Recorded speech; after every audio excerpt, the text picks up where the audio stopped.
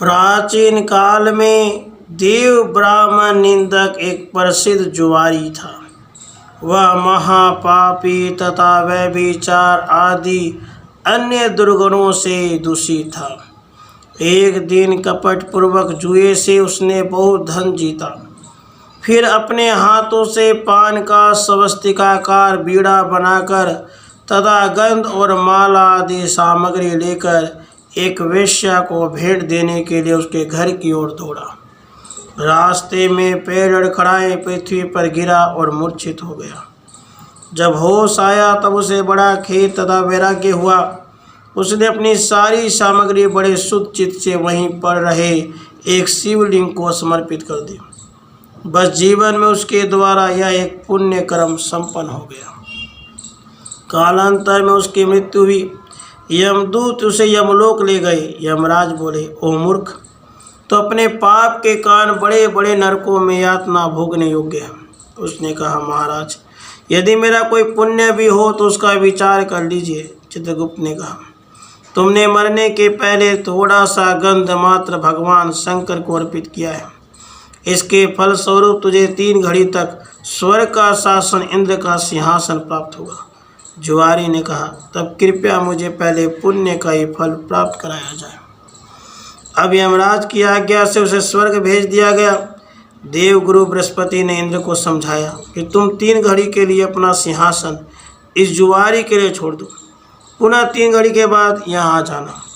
अब इंद्र के जाते ही जुआरी स्वर्ग का राजा बना। उसने सोचा कि बस अब भगवान शंकर के अतिरिक्त कोई शरण नहीं। इसलिए अनुरक्त होकर उसने अपने अधिकृत पदार्थों का दान करना आरंभ किया।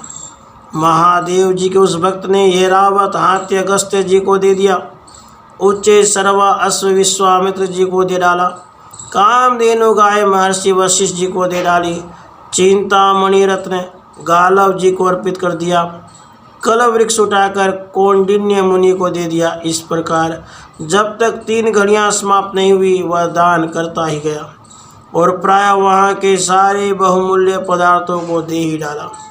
इस प्रकार 3 घड़ियां बीत जाने पर वह स्वर्ग से चला गया। जब इंद्र लौटकर आए तब अमरावती ऐश्वर्य शून्य पड़ी थी।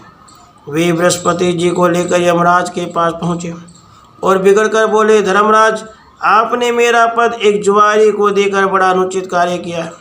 उसने वहां पहुंचकर बड़ा बुरा काम किया। आप सच माने, उसने मेरे सभी रत्न ऋषियों को दान कर दिए और अमरावती सोनी सी पड़ी।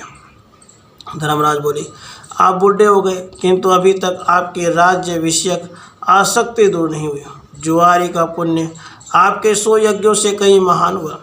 बड़ी भारी सत्ता हस्तगत हो जाने पर जो परमार्थ में न पढ़कर सत्कर्म में तत्पर होते हैं वे ही धन्य।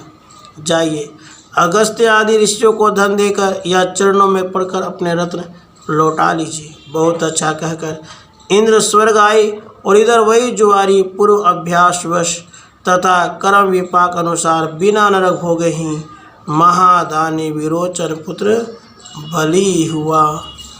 राधे कृष्ण, राधे कृष्ण।